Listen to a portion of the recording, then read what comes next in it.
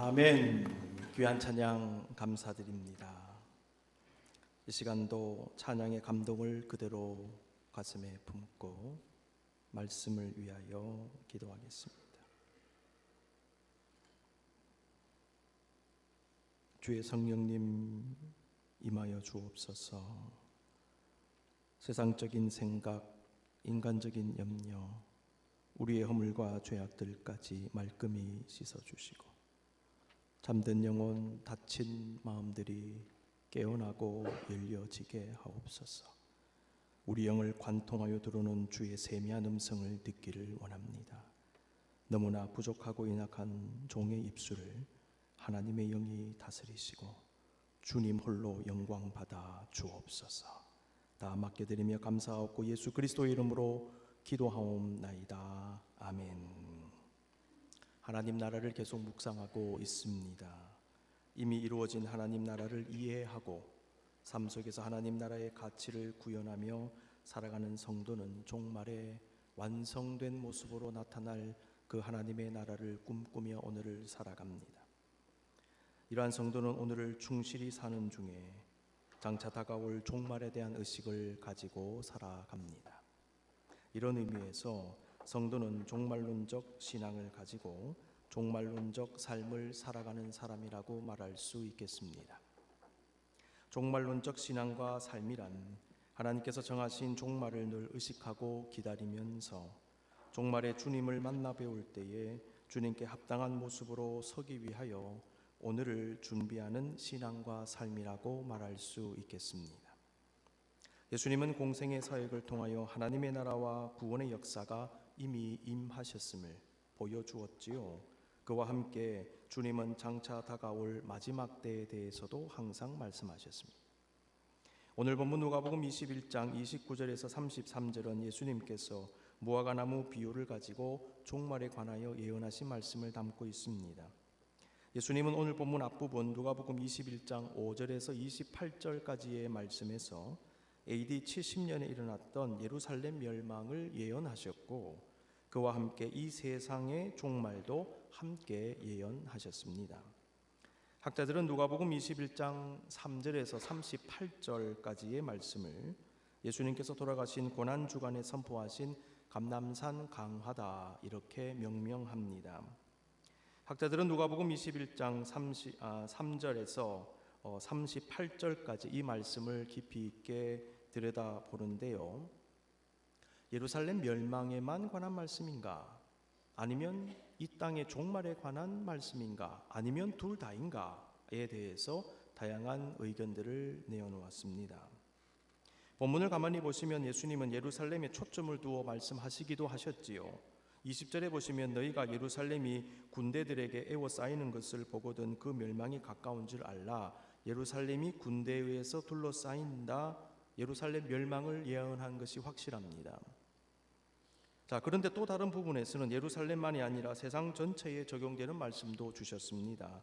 25에서 27절 1월 성신에는 징조가 있겠고 땅에서는 민족들이 바다와 파도의 성난 소리로 인하여 혼란한 중에 곤고하리라. 사람들이 세상에 임할 일을 생각하고 무서워함으로 기절하리니 이는 하늘의 권능들이 흔들리겠습니다. 그때에 사람들이 인자가 구름을 타고 능력과 큰 영광으로 오는 것을 보리라. 분명히 예루살렘 멸망에만 해당하는 것은 아니지요. 종말에 관한 것입니다. 성사학자들은 누가복음 21장 5절에서 38절을 분석하면서 예수님의 예언의 말씀에 복합성이 발견된다라고 말합니다. 예언의 말씀의 복합성, 여러 가지를 동시에 말씀하셨다는 것이지요. 예루살렘 멸망의 예언도 말씀하시고 이 땅의 종말도 말씀하시고 가까운 장래도 말씀하시고 먼 장래에 대해서도 말씀하시고 왜 이렇게 예수님은 메시지를 섞으셨을까요?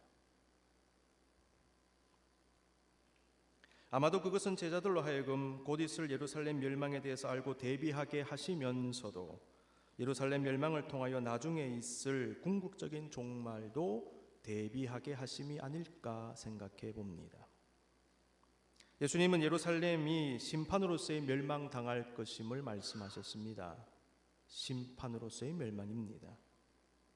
그리고 그것을 통하여 종말에 그와 같은 심판의 때가 임할 것임을 분명히 알게 하신 것입니다.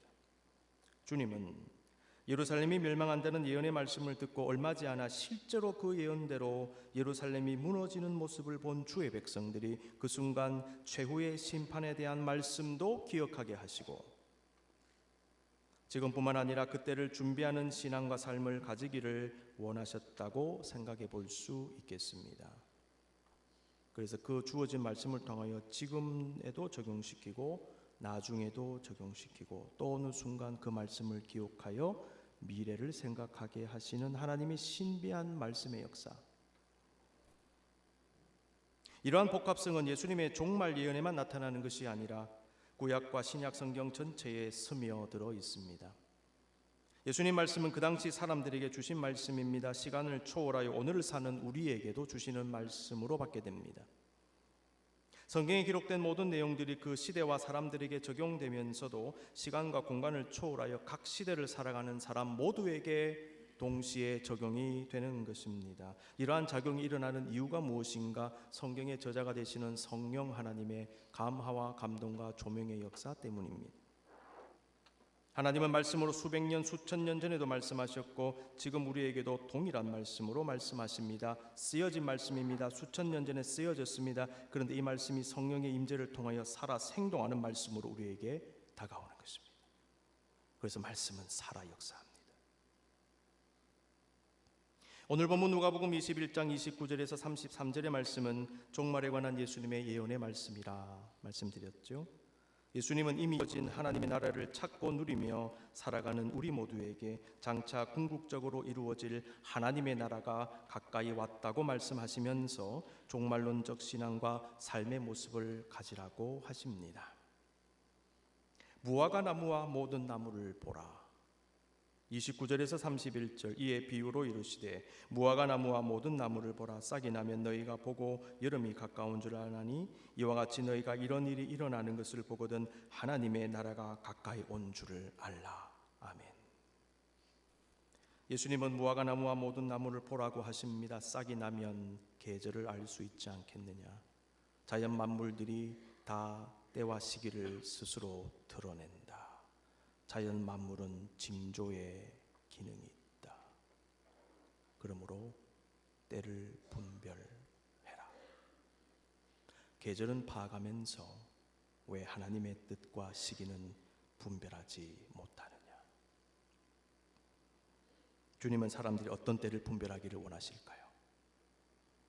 그때는 하나님의 나라가 완성되어 임하는 종말의 때인 것입니다.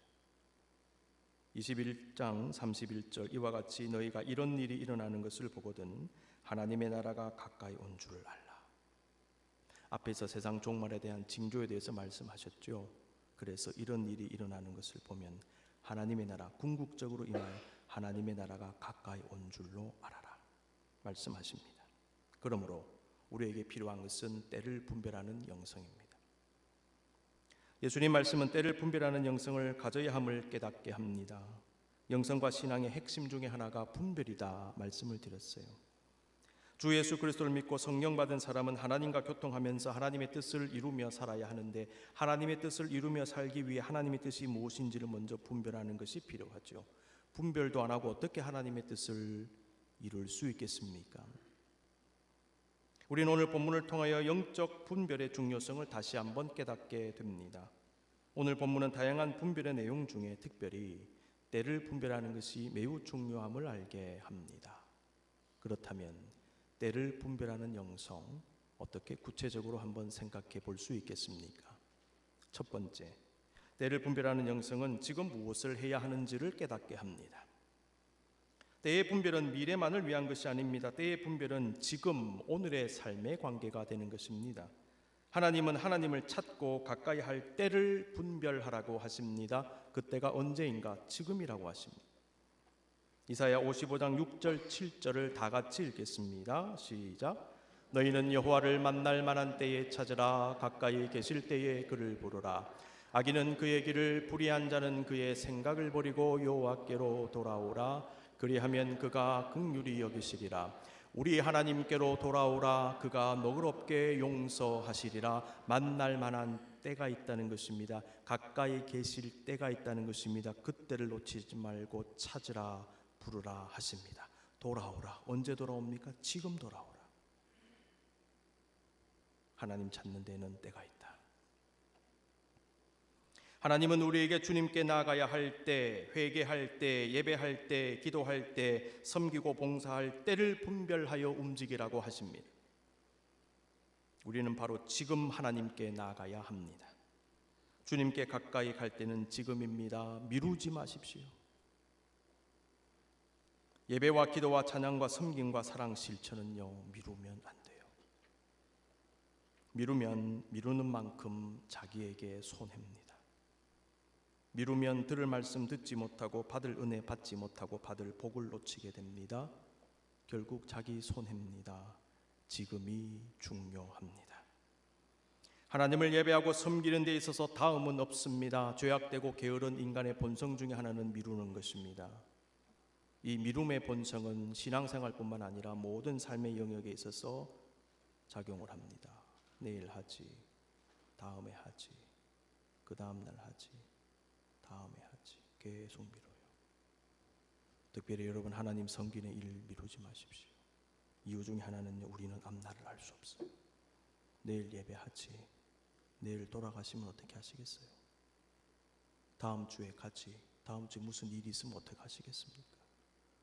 한치 앞을 모르면서, 한 시간 뒤를 모르면서 어떻게 담대한 마음으로 그렇게 미루고 연기시키기 원하십니까?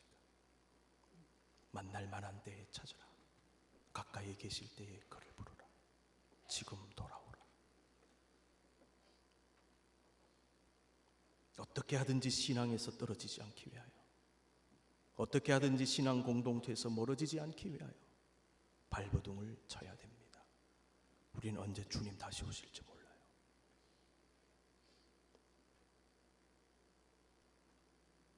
때를 분별하는 성도는 말씀을 통하여 시대의 흐름을 잘 파악할 수 있어야 합니다. 우리가 속한 지금 이 시대 속에서 무엇을 어떻게 해야 할지를 분별하고 처신할 수 있어야 합니다. 실천할 수 있어야 합니다. 하나님은 각 시대의 상황에 맞는 사명과 과제를 주시고 그것을 수행하게 하셨습니다. 한 교회의 역사를 봐도 초창기에 주력했던 일들과 지금 주력해야 하는 일들이 비슷하지만은 또 다른 모습들도 보게 됩니다. 이제 조만간에 50주년 기념 역사 자료집이 곧 출간이 될 것입니다. 지금 완성본이 나왔는데 좀 시간이 걸렸습니다. 제가 연혁을 쭉 봤어요. 그때나 지금이나 동일하게 해야 되는 일들이 있습니다. 그런데 하나님께서 70년대는 70년대대로, 80년대는 80년대대로, 90년대, 2000년대는 그 시대에 맞게 하나님께서 새로운 비전과 새로운 여러 가지 과제들을 주셨더라고요. 새로운 구조와 새로운 인적 구성을 통하여 거기에 맞게 하나님은 새로운 사명을 주시고 감당하게 하신 것입니다. 시대에 맞게, 때에 맞게 주님은 우리에게 새로운 비전을 주십니다. 하나님은 언제나 새 수를 준비하십니다. 동시에 새 부대를 준비하게 하십니다. 새 수를 준비하시는데 새 부대가 없으면 어떻게 될까요? 헌 부대에 넣으면 터져버려요. 그러므로 언제나 새로운 수를 준비하시는 주님은 새로운 부대에 담기를 원하시는 것입니다. 그러므로 우리가 기도해야 됩니다. 주님, 지금 어떻게 준비할까요? 지금 무엇을 준비할까요? 하나님의 뜻이 무엇입니까? 우리에게 새 술도 주시면서 새 부대도 주십시오. 지금 우리가 어떻게 해야 합니까? 지금, 바로 이 순간. 이런 모습은 우리 개인에도 적용되고 기업과 가정에도 그대로 적용될 겁니다. 때를 분별하는 성도는 과거의 영광을 기억합니다. 그러나 그것에 머물려고 해서는 안 됩니다. 그때는 그때고 지금은 지금입니다. 미래는 또 다르게 전개될 것입니다. 그러므로 과거의 영광이 중요하고 기억하고 감사해야 되지만은 그것에 너무 매이면 안 됩니다. 중요한 것은 지금이라는 것입니다. 잘못된 것은 잘못된 대로 회개하고 넘어가야 합니다. 잘한 것은 잘한 대로 감사해야 됩니다. 그러나 그게 매이면 안 된다는 것입니다. 지금 무엇을 어떻게 하느냐가 중요합니다. 고린도후서 6장 2절 이르시되 내가 은혜 베풀 때에 너에게 듣고 구원의 날에 너를 도왔다 하셨으니 보라 지금은 은혜 받을 만한 때요. 보라, 지금은 구원의 날이로다. 아멘. 이 말씀 여러 가지로 해석이 가능하겠지만은 지금 이 순간이 중요합니다. 지금 은혜 받는 것, 지금 구원의 역사를 경험하는 것, 지금 하나님 앞에 바로 서는 것 중요합니다. 두 번째, 때를 분별하는 영성은 앞으로의 삶을 준비하는 영성입니다.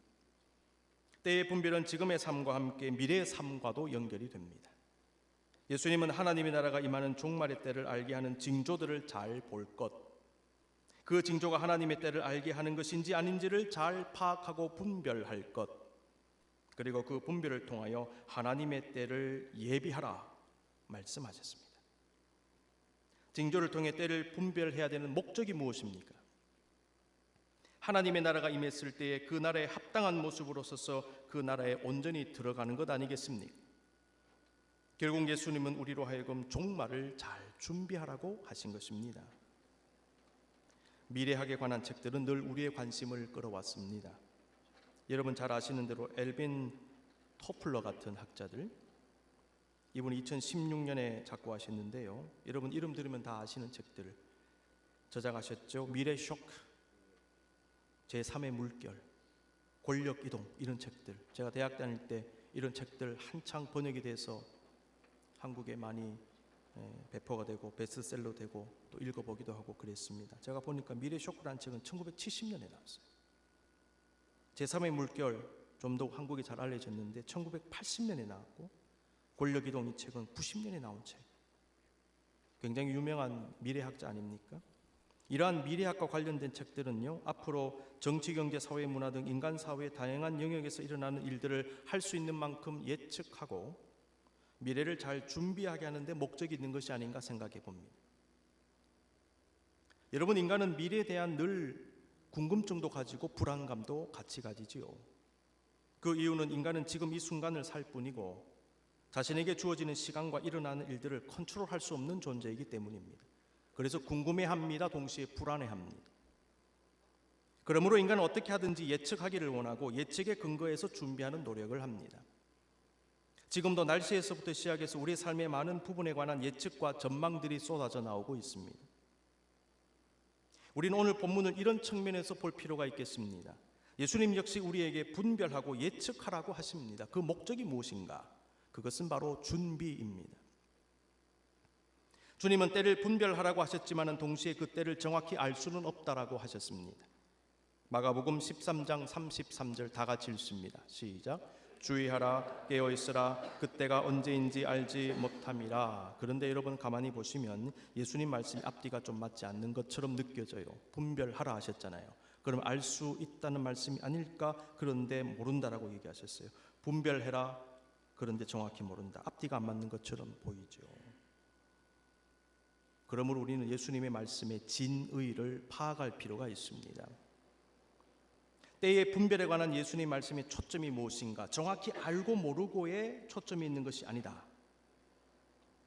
종말이 갑자기 임했을 때에 문제없이 하나님 앞에 설 수 있도록 지금 바른 신앙 가지고 바른 삶을 살며 지금 영적으로 준비하는 데에 그 말씀에 초점이 있는 것입니다. 분별하라고 하는 것은 너희가 정확하게 파악해라, 언제인 줄 알아라 하는 것에 초점이 있는 것이 아니라 준비해라, 바르게 서 있어야 된다, 그런 의미에서 분별하라는 말씀으로 받게 되는 것입니다. 그렇게 할 때 앞뒤가 맞지 않는 말씀으로 이해하는 것이 아니라 하나님의 제대로 된 말씀, 우리에게 주시는 말씀으로 이해하게 되는 것입니다.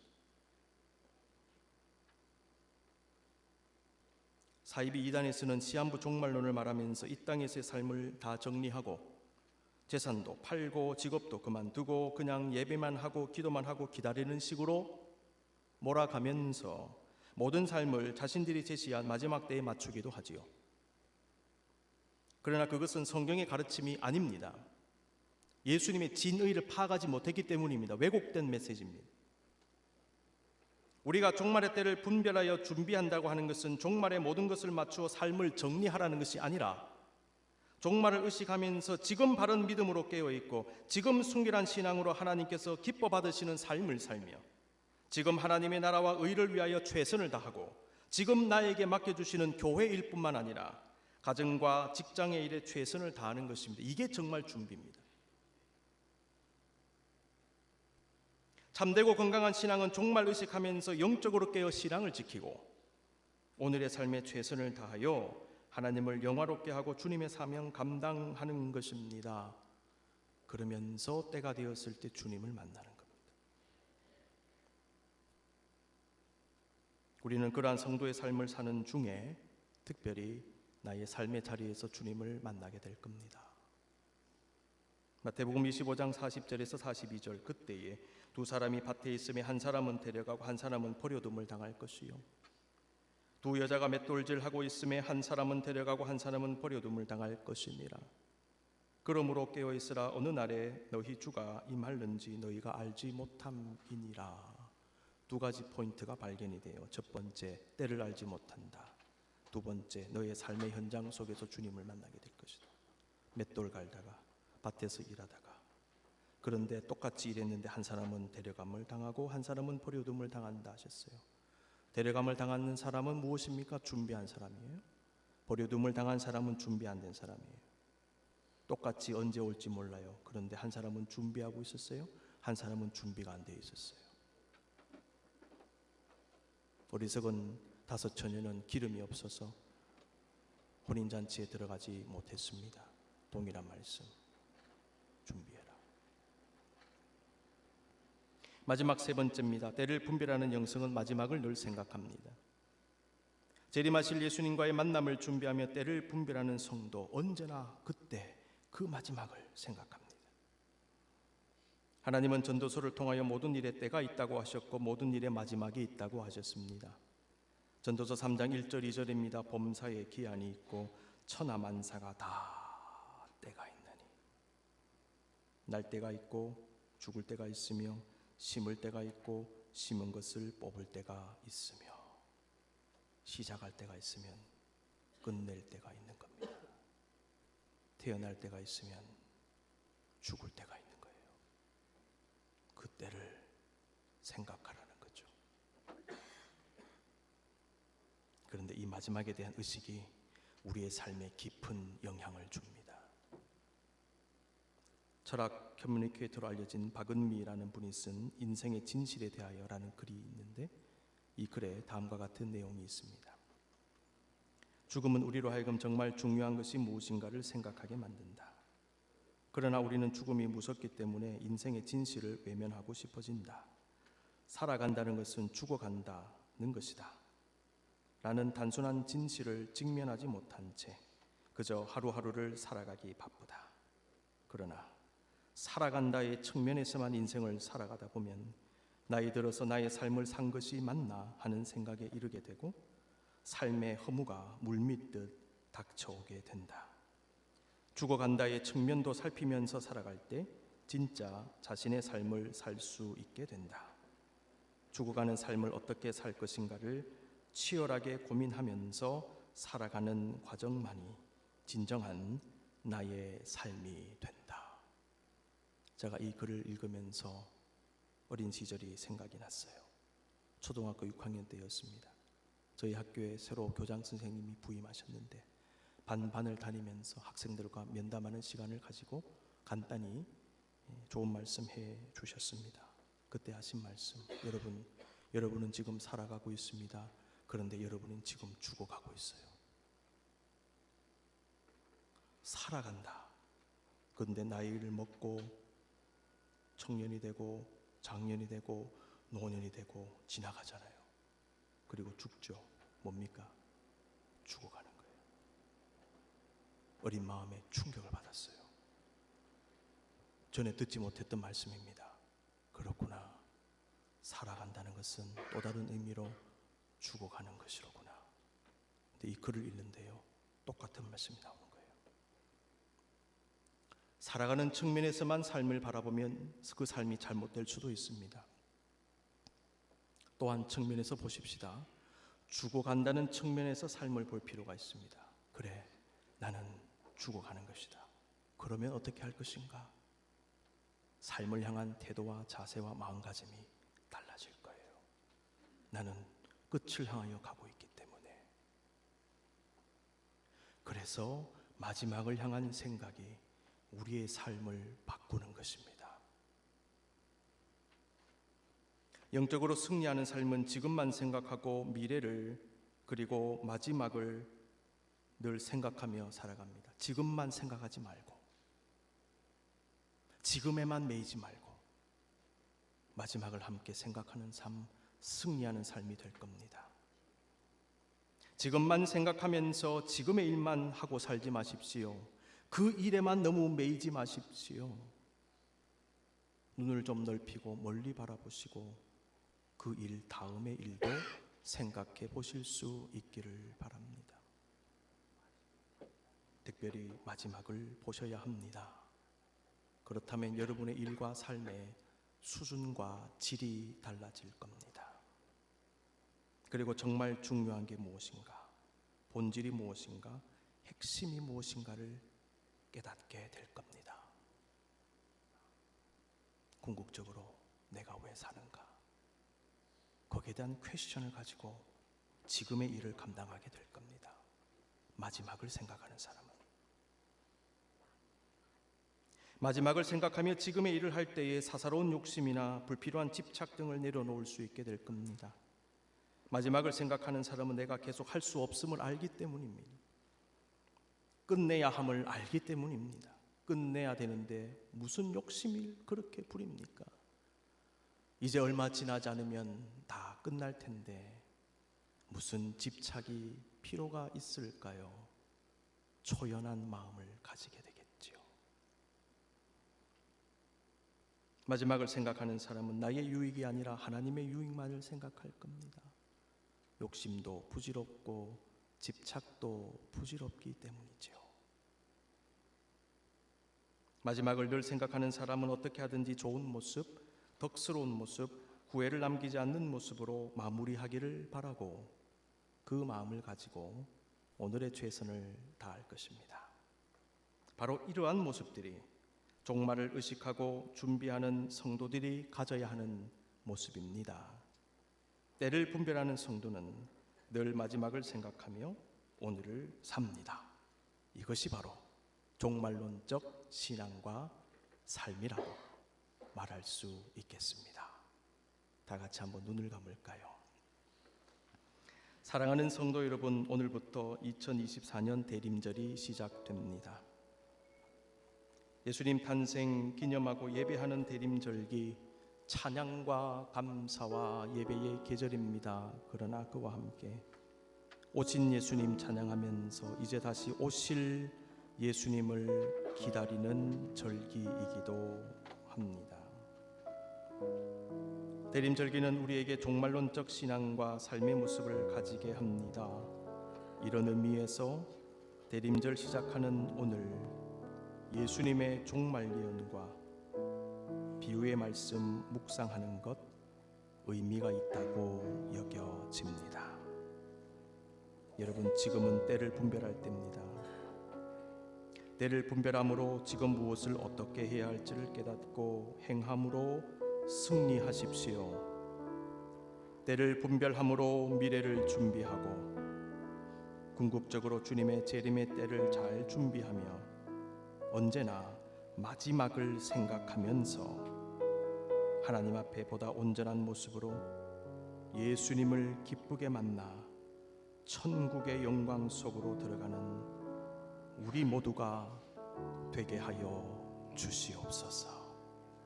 이렇게 기도하십시다. 하나님의 나라가 온 줄을 알게 해 주십시오. 때를 분별하게 해 주시옵소서. 잠시 기도하겠습니다.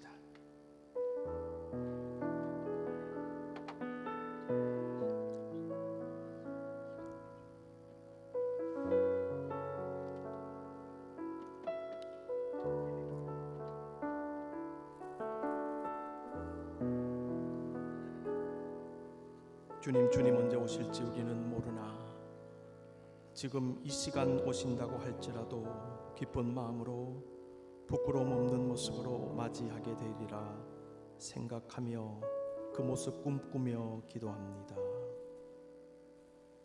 주님 다시 오실 때까지 저는 이 길을 가겠습니다.